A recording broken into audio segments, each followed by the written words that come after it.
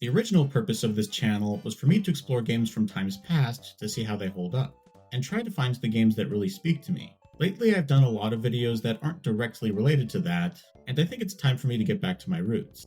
As the title suggests, these are 10 games that I think everyone should play before they die. This isn't an exhaustive list by any means, and it will obviously be influenced by my own preferences and biases. But there were a few criteria I used for this list. The first is their historical significance, and how influential they've been on their genre and on gaming as a whole.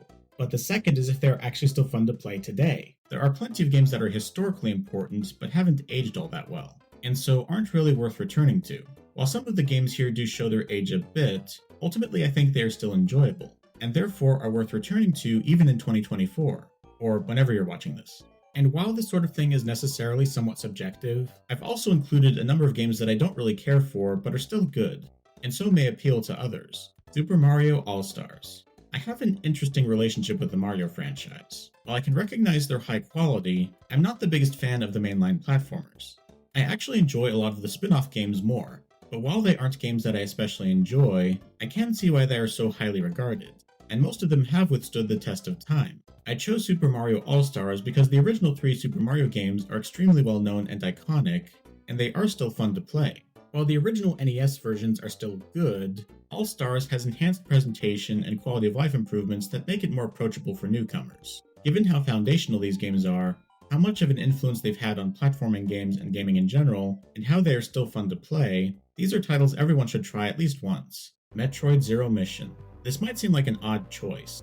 If I'm going to recommend a Metroid game, why did I pick this one instead of Super Metroid or Metroid Prime? Well, there are a few reasons. One is just my personal bias. While I can recognize that Super Metroid and Metroid Prime are great games that deserved their acclaim, personally I could never really get into them. But for some reason Zero Mission really clicked for me. The other is that I think Zero Mission is a better way of introducing someone to the Metroid series and the Metroidvania genre as a whole. It's not too long, and it's pretty simple and straightforward, but the presentation and pacing are fantastic, and the core gameplay is fun and well designed. It deserves more recognition, I think, as it's an effective gateway into the Metroidvania genre. Doom. This is a game that never did much for me, but I can see why it's one of the most iconic shooters of all time. While the visuals and mechanics are a bit dated, there's still a certain charm about them, and it's definitely a blast to play if you just want to run around killing demons in a simple but effective core gameplay loop. It's a title everyone should try at least once, even if it's just to say that you did and you don't like it. Chrono Trigger. JRPGs and me don't really get along.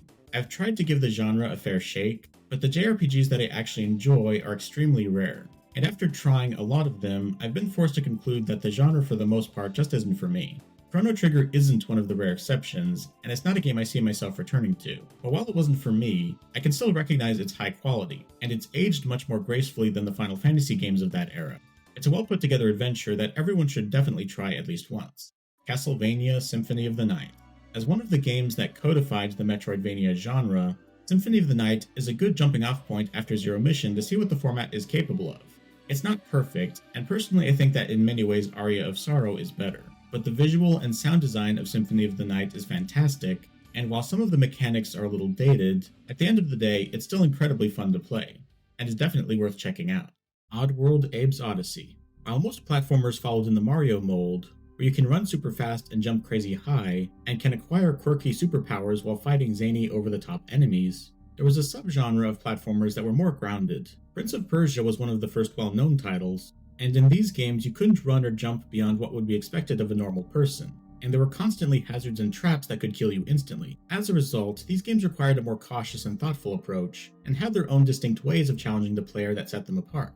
While Prince of Persia was the first well-known example, Oddworld Abe's Oddysee is by far the best realistic platformer from that era, and it's extremely well designed. The only complaint I have is that there's no manual saving, and some of the checkpoints are obnoxiously far apart.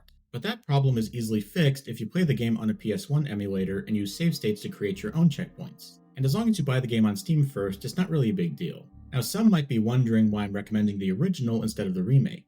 Well, I saw a video that made a pretty compelling case showing how the remake actively dumbed down and ruined a lot of what made the original work. So I haven't played the remake and don't plan to. The Silent Hill 2 remake wasn't perfect, but at least it didn't have in-game advertisements for other Bloober Team games. Yes, the Oddworld remake really did that. If you're curious, I'll put a link below to that video. The Legend of Zelda: Ocarina of Time. A cliched choice, but I can't help it, I still think it is really good. Granted, I don't think it's the greatest game of all time, and honestly, I think that's too much pressure to put on any game. But it's definitely one of the greatest games of all time. And while it does show its age, it is still fun to play, and the narrative is solid despite being a pretty standard tale of good versus evil. The contrast between Hyrule when you're a child and Hyrule when you're an adult is pretty striking, and it's actually a pretty dark coming-of-age story. Not quite as dark as Majora's Mask, but still. If this game didn't click for you, that's fair enough, but anyone claiming this is a bad game is just objectively wrong. Half-Life. This was the first first-person shooter I played that I actually enjoyed, which is ironic because I didn't play it until more than a decade after it first came out. It showed me that shooters could have compelling narratives that provided context to the shooting, and that they weren't all just about mindless killing. While Black Mesa was a good remake, I still prefer the original. The weapons feel more satisfying to use, it doesn't have obnoxious difficulty spikes, and it doesn't overstay its welcome. Plus, playing Half-Life 1 and 2 back-to-back shows what a huge leap forward Half-Life 2 was in terms of design and technology, while that effect is lost if you play Black Mesa instead. It may be a little dated and janky, but Half-Life is still fun and deserves to be played. Spyro the Dragon Trilogy. As gaming transitioned into the era of 3D, one of the most popular genres was still the platformer, with titles like Crash Bandicoot, Super Mario 64, Banjo-Kazooie, and more leaving their mark. But I've chosen the Spyro the Dragon Trilogy because I think it has aged the best. Literally the only thing that is dated about the games are the visuals.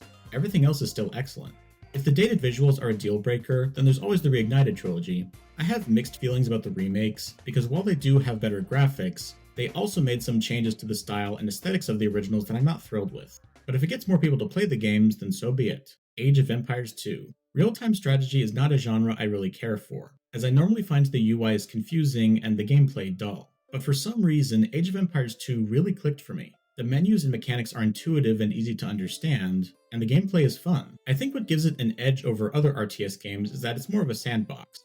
There isn't a definitive goal or set of missions you have to complete. You're free to play how you want, as there are multiple ways to win. It was a great game back then, and the fact that many people still play it to this day speaks to its quality. And that's it for this time. If you haven't played all of these games, I'd recommend fixing that. If you have, let me know what you thought of my list in the comments. Of course, some of these games are difficult or impossible to get nowadays, so if you don't already have them, then I guess there's nothing you can do. Do what you want, 'cause a pirate is free. You are a pirate. Whoops, how did that clip get in here? Anyways, thanks for watching, I hope to see you in the next one.